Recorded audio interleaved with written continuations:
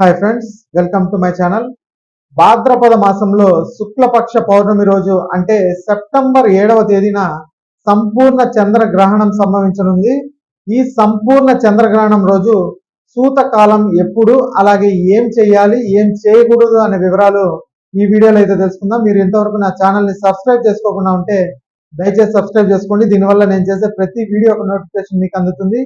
Like చేయండి, share చేయండి. మీరు ఇచ్చే ఒక లైక్, మీరు చేసే సబ్స్క్రిప్షన్ మాకు ఎంతో ఎంకరేజింగ్ గా ఉంటుంది. వీడియోని ఎక్కడ స్కిప్ చేయకుండా చివరి చూడండి.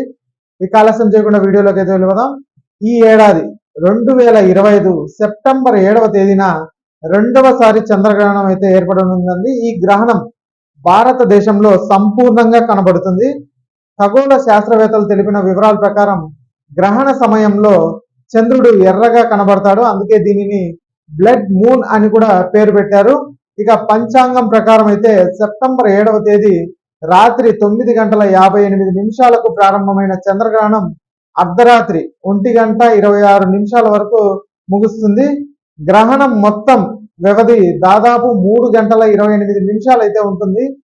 భారతదేశంలోనే కాకుండా ఆసియాలోని కొన్ని ప్రాంతాలు, అలాగే ఆస్ట్రేలియా, న్యూజిలాండ్, అమెరికా, ఫిజీ మరియు అంటార్క్టికాలో కూడా కనిపిస్తుంది. శాస్త్రాల ప్రకారం చంద్రగ్రహణం సూతకాలం వచ్చి గ్రహణానికి 9 గంటల ముందు ప్రారంభమవుతుంది. అంటే సెప్టెంబర్ 7వ తేదీ మధ్యాహ్నం 12:57 ప్రారంభమవుతుంది. అప్పటి నుంచి గ్రహణ నియమాలను ఆచరించాలనేసి చెబుతున్నారు. ఇక సూతకాలంలో ఏమి చేయకూడదు అనేది వివరాలు ఒకసారి చూసినట్టయితే, చంద్రగ్రహణ సమయంలో దేవాలయాలు మూసివేస్తారు. ఈ సమయంలో మతపరమైన ఆచారాలకు దూరంగా ఉండాలి. అలాగే గర్భిణీ స్త్రీలు, చిన్న పిల్లలు, అలాగే వృద్ధులు ప్రత్యేక జాగ్రత్తలు తీసుకోవాలని అయితే చెప్తున్నారు. ఇక గర్భిణీ స్త్రీలు ఇంటి నుండి బయటకు వెళ్ళకూడదని, పదునైన పనిముట్లతో ఎలాంటి పనులు చేయకూడదు అనేసి చెప్తున్నారండి. అంటే కనీసం కూరగాయలు కూడా కట్ చేయకూడదు అనేసి అయితే చెప్తున్నారు.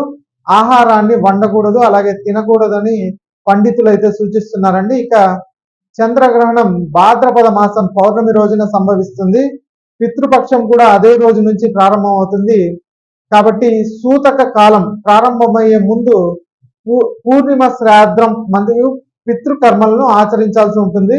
ఇక చంద్రగ్రహణం ఎందుకు సంభవిస్తుంది అని చూసినట్టయితే, ఖగోళ శాస్త్రం ప్రకారం సూర్యుడు అలాగే చంద్రుల మధ్య భూమి వచ్చినప్పుడు సూర్యుని కాంతి చంద్రుడిని చేరుకోదు. అప్పుడు భూమి నీడ చంద్రుడిపై పడి చంద్రుడు ఎరుపుగా లేదా నలుపు రంగులో కనిపిస్తాడు.